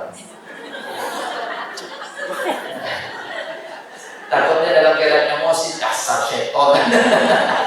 Tuh, rasain. Tidak, kita bukan lagi meludah syaitan. Sama seperti yang disebutkan oleh Nabi sallallahu alaihi wasallam. Gerakan jari ketika tasyahud ini dirasakan oleh syaitan lebih keras daripada pukulan besi. Bukan berarti kita lagi menggerakkan jari ini sedang merasakan apa? Seolah-olah kita sedang memukul syaitan. Astagfirullah. Akhirnya kita tidak khusyuk salat kita. Maka tidak, kita melakukan gerakan seperti ini adalah karena memang sunnah. Kemudian kita meludah ke kiri sebanyak 3 kali tadi juga karena sunnah. Dan ini diantara tips yang baik agar kita bisa menjadikan salat kita senantiasa khusyuk. Gimana kalau tiap rakaat tak khusyuk, Ustaz? Baca lagi. Yang penting jangan itu dilakukan ketika sujud, karena tidak boleh kita meludah di arah tempat sujud. Kita meludahnya ke kiri. Bangkit dulu kita dari sujud kita, baru kita membaca a'udzu billahi minasyaitonir rajim, meludah ke kiri sebanyak 3 kali. Dan ingat, meludahnya kecil saja, tidak harus sebenarnya mengeluarkan air, tidak. Mungkin angin saja boleh. Nah, seperti itu boleh. Wah, ini nggak kelihatan liurnya, udah lagi. Belum. Setelah selesai sholat, assalamualaikum, tetangganya gini-gini. Ternyata yang diludahin, oh orang yang bisa keluar. Alhamdulillah dari balas lagi sama dia sama ludah. Akhirnya coba kalau dibalas, akhirnya ludah-ludahan, subhanallah. Ke bawah, bukan ke samping. Meludah ludah. Baik, mungkin itu saja yang bisa kita bahas pada kesempatan pagi hari ini. Semoga apa yang telah kita bahas dari sedikit poin ini memudahkan kita untuk berupaya sholat dengan baik di hadapan Allah Subhanahu wa taala sebagaimana yang diperintahkan oleh Allah, wa qumu lillahi qanitin. Allah taala jazakumullah khairan. Maka kita selanjutnya masuk kepada sesi tanya jawab. Ya, tentu yang saya prioritaskan yang dahulu memberikan pertanyaan, dan yang dahulu itu adalah yang sebelumnya belum sempat kita jawab pertanyaannya, dan ini saya bawa kemarin di rumah. Sekarang ini ada azan subuh, sayup terdengar. Kenapa kok bisa sayup? Apakah memang mikrofonnya kurang kuat? Perbaiki. Apakah mungkin yang azannya kurang kencang? Ya, suruh dia minum apa? Sesuatu yang kencang suaranya.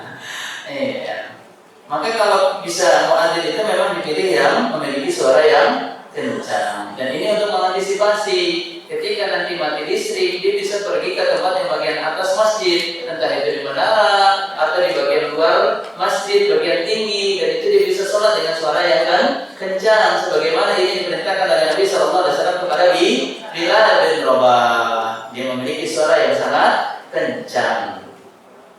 Maka kalau ada hal-hal yang seperti ini, ya perbaiki segera.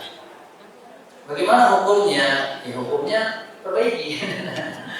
Ya diarahkan, mungkin kita cross check kira-kira, atau mungkin karena memang mikrofonnya, speakernya kurang baik sehingga hendaknya diperbaiki. atau mungkin muadzin yang suaranya kecil, maka mungkin bisa diganti. Ya, biar apa? Biar kita bisa menggunakan adzan ini sesuai dengan fungsinya. Karena fungsi daripada adzan ini adalah i'lan, untuk informasi bahwasanya waktu sholat itu sudah masuk. Kemudian yang kedua, bolehkah membenarkan muktamah? Ya, maka jawabannya boleh sesuai dengan kebutuhannya. Kalau memang butuh, perbaiki. Tapi kalau hanya sekedar gerakan yang tidak ada hajatnya, maka diupayakan untuk dihindarkan. Ya, kalau tidak ada hajat untuk memperbaiki muktamah, maka tinggalkan. Kemudian yang selanjutnya, hadis riwayat Abu Dawud, bahwasanya Nabi SAW mengatakan dihitung pahala orang yang berjalan ke masjid. Salah satunya selama dia tidak melakukan perbuatan sia-sia. Apabila dalam perjalanan seseorang bermain HP karena berbuat atau melakukan sifat yang tidak urgen, apakah termasuk daripada perbuatan yang sia-sia? Misalnya dia berada di Madinah dalam perjalanan dari hotel menuju masjid, kemudian dia sempat foto-foto dan seterusnya. Maka kalau itu adalah hal-hal yang tidak urgen, tidak bermanfaat, maka itu masuk dalam perbuatan sia-sia. Tapi kalau itu urgen, contoh seperti belanja makanan, dia lapar, sebelum berangkat sholat dia lapar, bolehkah dia mampir ke food court contohnya, atau ke tempat-tempat restoran di sekitar masjid? Maka boleh, selama itu belum masuk waktu sholat.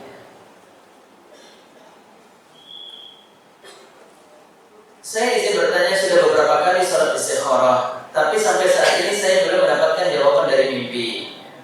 Di permasalahan saya diskusikan bersama istri saya berkaitan tentang masalah sholat istikharah. Kemudian hasil diskusinya apa? Yang namanya istikharah itu tidak mesti harus ada jawabannya di mimpi. Atau yang kedua, untuk berupaya menghadirkan kecondongan hati di dalam sholat istikharah bisa dilaksanakan dengan pertimbangan berkaitan tentang masalah. Contoh memilih pasangan, ada A, ada B, ada C, ada D, banyak sekali pasangannya.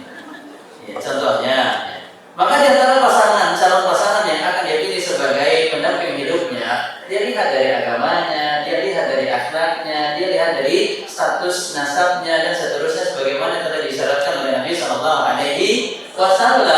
Kalau ternyata yang disampaikan oleh Nabi itu ada di pasangannya, dan yang di pasangan yang lainnya itu, di calon pasangan yang lainnya itu tidak ada, maka pilihlah sesuai dengan kriteria yang ada di dalam hadis Rasul Sallallahu Alaihi Wasallam. Dengan kriteria yang disebutkan oleh Nabi di dalam hadisnya, ini akan membantu untuk membimbing kita agar bisa condong kepada pilihan yang kita saat itu masih ragu. Contoh seperti memilih kampus, tempat kuliah, ya kita pilih mana tempat ilmu yang lebih bermanfaat, mana tempat kuliah yang itu lebih terjaga daripada fitnah syahwat, ya, atau tempat kerja contohnya.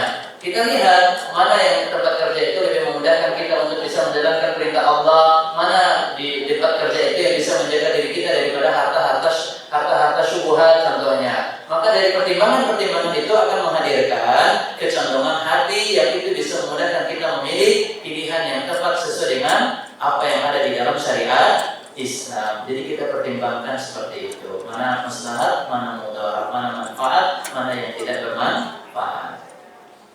Kira-kira ketika kita sedang sholat dan membayangkan kita sedang berada di depan Ka'bah, Masya Allah, ya, entah itu dengan menghadirkan gambar Ka'bah di depannya, di atas sajadahnya, ya, yang diniatkan untuk bisa khusyuk, maka khawatirnya ini adalah termasuk daripada talbis iblis. Ini gangguan daripada syaitan. Tidak boleh kita menghadirkan sesuatu yang itu tidak pernah dihadirkan penjelasannya oleh Nabi Sallallahu Alaihi Wasallam. Agar kita lebih khusyuk. Maka ini kontennya akan malah menghadirkan gambaran atau cerita yang itu dapat mengganggu kekhusyukan kita di dalam sholat. Bisa jadi nanti terkenang kisah kita atau kejadian kita ketika berada di Ka'bah, kenangan ketika kita berada di depan Ka'bah itu hadir di dalam sholat kita. Ketika hadir kenangan tersebut di dalam sholat kita, maka itu dapat mengurangi kekhusyukan kita kepada Allah di dalam sholat yang kita laksanakan tersebut. Maka khawatirnya ini adalah di antara perangkap syaitan.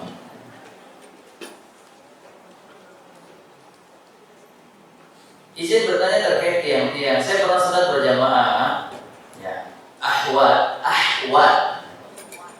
ini berarti lebih hati-hati. Kalau bahasanya ahwat itu artinya berhati-hati.